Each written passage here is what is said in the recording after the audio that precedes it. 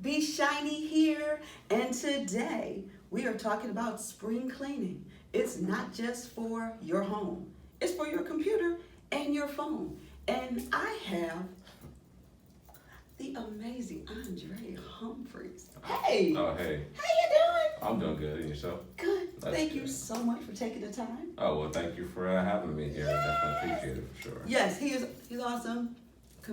He's customer service friendly. No, you're being a little bit too kind. It's true. I try to do the best. They know I only deal if it's not good customer service. We can't do Oh it. yeah. That's why I said, like, especially for me, like after having bad experiences, like sometimes like I can't go back to this individual. Right. And it's horrible because we try really hard to support our own and just small business in general. And it's never easy though. It's not. Yeah. Especially if, sometimes you might give someone a chance and give them a chance and a chance again. It was just like, it comes to a point when it's like, we got to do better. Like either you got to do better or I'm got to move on to something else. Right. So. Right. Now, one thing I have to say, a lot of problems, well, I'll put this, my problem with my computer is I just get on it. Oh, of course. And I don't think about the storage. Yeah. Or even how to keep it safe because I just assume, Oh, of course. that whatever company I have I'm safe, And yeah. I mean, but that's what the average consumer would think about. Right.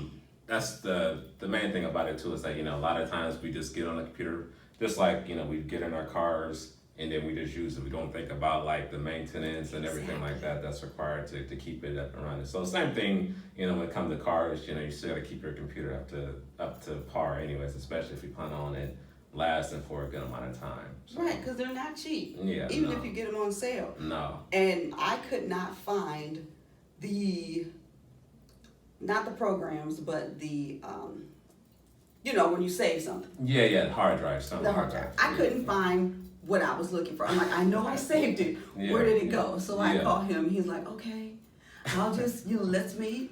Yeah. Give me your computer. I got you. And then once I got home, I'm still freaking out. And I texted him. And you know what? Guess what? Just like the State Farm commercial, he texted back. He's like, I got you. Let me send you this code. I'm like, huh? Yeah. I got you. And then you see the little, like when you're at work and tech support. Yeah. He's tech support. I try to do a little bit of everything because I know a lot of times, people, they need that extra hand to get them to where they need to be. And of course, like for me, I don't mind always asking questions and assisting people. So like I said, if you ask me like, hey, I need help with how to do something, or can you show me how to do this or that, I don't mind, doing that for, a customer anyways. It's no big deal. He's awesome. Okay, so what are the things that we need to know when we purchase a computer and how do we, do maintenance? Oh, of course. I mean, the first thing about it, you need to look at, like, as far as, like, of course, first ask yourself this question, like, what do you plan on using the computer for? Like, what is its intended uses? Like, do you plan on using it for a home, like school, work, etc.? Like, or is it going to be like a shared computer? Or are you going to have kids come over? Or are you going to have guests come over and do it? That's like the questions that you need to determine, like, before buying anything, before spending any type of money. Because the last thing you want to do is to go to somewhere, you speak to someone, they say, hey, you're going to need this, or, and then they try to get you to buy like the most expensive thing, which wouldn't be the best thing to do. So of course, find out what do you plan on using it for, set a budget in mind. That's like the second thing I would say. And then that way that you can figure out like as far as the specs of the computer, like how fast or how how many different components you might have, like say if you want to have like a better computer, moderate computer, etc. And then like I said, once you figure that out, of course decide on the place, find out like if the computer has a warranty. Do you want to go with the Windows based computer? Do you want to go with the Mac computer? So it's like a couple of different things you got to take into consideration basically. So that warranty, you know how you buy a computer online? Yeah. And then there's always that for $25 a month, you can add this warranty on. Yeah. Don't computers come with warranties? Most cases, yes. You at least have like the standard 1-year warranty from the manufacturer. You see a lot of places, like other stores, that might add on like an additional warranty. You might, like you say, you might pay like an additional monthly fee, which could be like an extended warranty. So sometimes it might offer additional coverages. Sometimes I would say like it would depend on the individual actually, because one person that asked me like, should I buy this additional warranty? I would just say like it depends on like your usage and how you use it. If you're like a careful person, you're not really gonna like damage the computer, and I wouldn't worry about it. I would just buy it, use it like normal. But if you're someone that's gonna have like a bunch of kids, or you're gonna be transporting that computer around a lot, especially in areas where like you gotta get up and travel a lot, like especially if it's a laptop, then yeah, you might want to get the extra protection, especially because even now I have like a lot of people ask me about they got liquid spilled on the computer. And then, once that happens, same thing with our phones. If you spill liquid on, any electronic devices, it's not a good situation, because eventually it's gonna start failing, or certain components are gonna start failing. So. Gotcha, because we don't have a big thing of rice to put our computer in. No, Okay. no, not at all. So it'll be too late by then, by the time that happens. Gotcha. Yeah. Okay, so how can we stay safe when we're in a public place? Because nowadays you can work anywhere. Yeah, pretty much. The main thing, of course, is with your computer, at least have some form of antivirus. That's for starters. Have some form of antivirus. It doesn't have to be the most expensive one. I would always, like I said, if you're in for sure, I would always check like the reviews of certain antivirus programs and see what kind of experiences that some people have had. Because a lot of times that might be like a program that you can install on your computer, and then it might make it perform worse, or it can be some other effects that happens. But of course, always be aware of your surroundings, especially if you're using like Wi-Fi, like especially in like a library, airport, etc. A lot of times they have those networks open. So basically, anybody within your area can have access to the networks, and then even still, it can be like someone that could be, if the signal strength of the Wi-Fi is pretty strong, someone could possibly be parked outside your house or parked outside your place of business, and they could potentially have a decent enough signal strength to have access to your network. So that's another thing too to keep in mind. So they can see what you're doing? Well, not technically, no. Okay. They can have access to the network. Because so like that's what comes up. Yeah, and then the thing about it is too is that like a lot of businesses, they'll have like computer files, documents, things like that stored on a network, or it might be installed on one centralized computer. So if someone has access to the network, they could potentially hack into it and then see whatever contents that is on that particular computer, network drive, etc. So yeah, it can be a bit complicated, especially if you aren't necessarily prepared for that kind of situation too.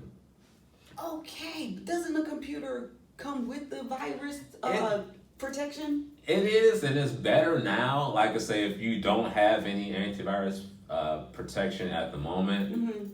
Also, too, I forgot to mention, it depends on the individual too. Like if you're the type of person that's going to like so many different sites, you're clicking on multiple things, you're getting all these pop-ups and messages coming up, then yeah, you're like a higher risk individual, because you're more likely gonna get viruses. Like for me, I'd be more careful myself, like as far as like going to certain websites and clicking on certain things too. So that's one thing you gotta keep in mind too. Some people, like I said, they are more higher risk than others. So, of course, it depends on the individual too. So sometimes, depending on how you use the computer, you don't have to get on the internet. But of course, the main way to protect yourself from threats like that is not to get on the internet. So that's the other thing too that you gotta think about as well. So you don't have to, but because sometimes we don't need like you said, we don't need our computer sometimes for the internet. It'll just work if you're just typing out stuff. Yeah, you can just disconnect it. Like say if you're on Wi-Fi, just disconnect from it and then just call it a day from there. I never even thought about that. Because the one thing about it too, though, is like sometimes, and I've seen this plenty of times happen before. Like there might be some viruses that might trigger only when you're online. So once you disconnect yourself from being online, then they won't come up anymore, because more than likely there probably will be something installed in your computer, something hidden that's I guess you could say that's sending those particular pop-up items to your computer. So once you remove the ability to connect online, then they won't come in no more. However, the program that is, program hack or whatever it is, it's still on your computer anyways until you get rid of it. That's why they said like you gotta make sure that you disconnect yourself from the internet and then run an antivirus scan. So, that's just another way. Oh my gosh. So should we scan every time we get on the computer? You don't have to. I mean, I say that it would be recommended to maybe scan maybe once every few months, maybe once a month. It just depends on the individual. Now, like I said, I know for me, I don't really see too much activity anyways. But like I said, it all just depends on the individual. And then the other thing too, you gotta keep an eye out for is your kids. So, right. I mean, there's no shot at them, but there's been plenty of times when I've seen that kids, they typically get into too much more things than they should have, and they add too many things, especially those little games that they add on too. So that's another thing too. Because those target our kids. Yeah, that's another thing too. And then especially if they're the ones clicking on and downloading everything else, so that plays a big part in it too. So yeah, definitely unauthorized users are big. Oh big gosh. Yeah. Okay, so the pop-up blocker. Yeah. We should definitely be. Of course, some websites need the pop-up blocker. Oh yeah. And then the thing about it is, depending on which internet browser you're using, like Google Chrome, it should automatically have a pop-up blocker. Yeah, but the thing about it is that sometimes there might be some times when, some items they might get through it and they might bypass it. It doesn't happen all the time, but it can happen. I mean, I haven't noticed it happen recently. So I guess you say it goes to show you like how much better they have gotten, but as far as like fixing problems like that. But yeah, pop-up blockers is definitely good to have anyways, for sure. Oh gosh, my head hurts already. Oh, we're just getting started. Oh my gosh. I hope so. Goodness. Okay, Yeah. so we're pop-up blocking. We're making sure we buy the right computer. Yeah. Making sure that we know why we got it, because what we're doing on there. We're making sure we're keeping our children away. Yeah, and they always get into everything apparently. That is really true. If you've looked at your child's history. Yeah, you'd be surprised. You'd definitely be shocked. Yeah. It's like, what is that? It's a new language. Yeah. Okay, so a lot of the programs on our computers that we purchase are only there for a limited time. It depends. Like for example, there's Microsoft Office, like the Office 365. They basically want you to charge. Well, they want to charge you they want to charge you like a subscription fee. Right. Programs like that, like I said, once you stop paying, then the subscription is basically over. But usually, like I said, once you buy a new computer, depending on, there might be some programs where they, like, especially like antivirus programs, they might give you like a trial, like a 30-day trial, maybe like a couple months worth of a trial. But those programs, they'll still be on there. It just say, you might just get like a trial. So it just depends. And that's the worst. When after that 3 months you get on your computer, I think that's what happened to me. Okay. And then of course it's intentional anyway. So you already know they want you to basically continuously pay money towards towards the software, because basically what the model is now, what the model was before, is that they, of course, once you buy an item or buy a CD or buy whatever program it is, you own that particular piece of software. So it's like, of course, once they switch to the model of having you pay a monthly fee, then they basically switch over to having you continuously pay monthly, so that way they're automatically getting money every month, basically. So you have to make sure that the computer program that you need is on here either permanently, or you just need to know. Yeah, and because the last thing you want to do is to be paying for something that you're not even using in the first place. So there's that too. So yeah, and of course, I guess you say maybe like the average person, they might not even realize that anyways. So like I say, unfortunately, that's what, they kind of counting on you to not know it anyway. So it's like, you might be wondering, like, where did this charge come from? Like, where is this fee coming out of? Then they'd be like, it's too late then. So. And then you have the fake websites that come up and telling you that we just charged your account for this. Yeah, and unfortunately though, it would be better if there would be some ways that we could do something more on a grand scale to get rid of that, because it's like even now, even like with a lot of the emails that that I receive, and I've even helped like one other friend out, they received the email saying that their information was gonna get put out on the internet unless they pay this particular amount of money, like for everybody that keep trying to tell people, man, that stuff is fake. Like this is doing nothing but just to scare you. But to people that don't know about it, of course, that's gonna freak them out. So it's like for them, they're gonna be like, oh, I need to call this number, and then once you call that number, they'll be like, oh, then that's how they got you. So of course, and then they're gonna go through their whatever little cues that they got written out, you know, and then go line by line, and then tell you like, hey, if you pay this amount of money, we'll either not do what we said we're gonna do. It's, you know, it's just no different than a. So just ignore everything, people. However, if you're doing something that you're not really supposed to be doing, then I don't know, then you might want to be a little bit worried. So I don't know. Like I said, you might gotta weigh those options on that kind of stuff. Because I ignore all the emails that's telling me we just charged your card for another year. Yeah. And it happened. Well, it happens. Yeah. But I checked my account and I was fine. Yeah. So I was like, okay, we're just gonna ignore everything. But that's why I say like the problem with that is that like they're sending out all this information, they're doing the constant over and over again, more likely every day, because it's the same thing with the telemarketers calling the phone. They can call like hundreds, thousands of people per day. Like it doesn't even matter.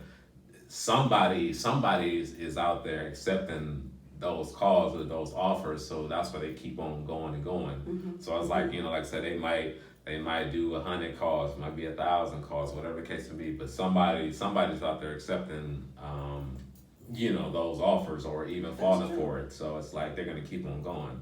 That is true. That's why I see a lot of businesses now, especially small businesses. Yeah. Well, no, actually, a lot of businesses don't even answer the phone now. Yeah. That's why, especially for me, that, and I'm pretty sure for a lot of other people too. Like that's all you see, especially on phone. It says possible spam. So like, nah, I'm not even. And they're the main ones calling anyways. And and then of course the messed up part about it is like, and that's another problem too. Is a lot of our information is already put out there on the internet too. So that's another big problem anyways. Because how else are they getting their phone numbers in the first place? It really is scary when you look at you can look at people's voting. The class that they're voting in, you can look at that. There's a lot you can find out online, which is really scary. That's a bit too much. It really is. And then of course, apparently it's still legal anyways. Which is really sad. Yeah. It's really sad because people that are getting stalked and stuff. It's easy. And because basically, that's just basically enabling that type of behavior in the first place. So it's like, something could be done about it, but they just refuse to do so, which is that's another big problem anyway. So it's like it definitely can be put to an end for sure. You know, like I don't know, you know, they might pass some type of law or set some type of regulation, but definitely it is something that can be done about it because it's like you know, something's definitely going on behind the scenes for sure. So it's awful. It's just awful. Well, we are going to be right back with some more information we can use. Catch you later.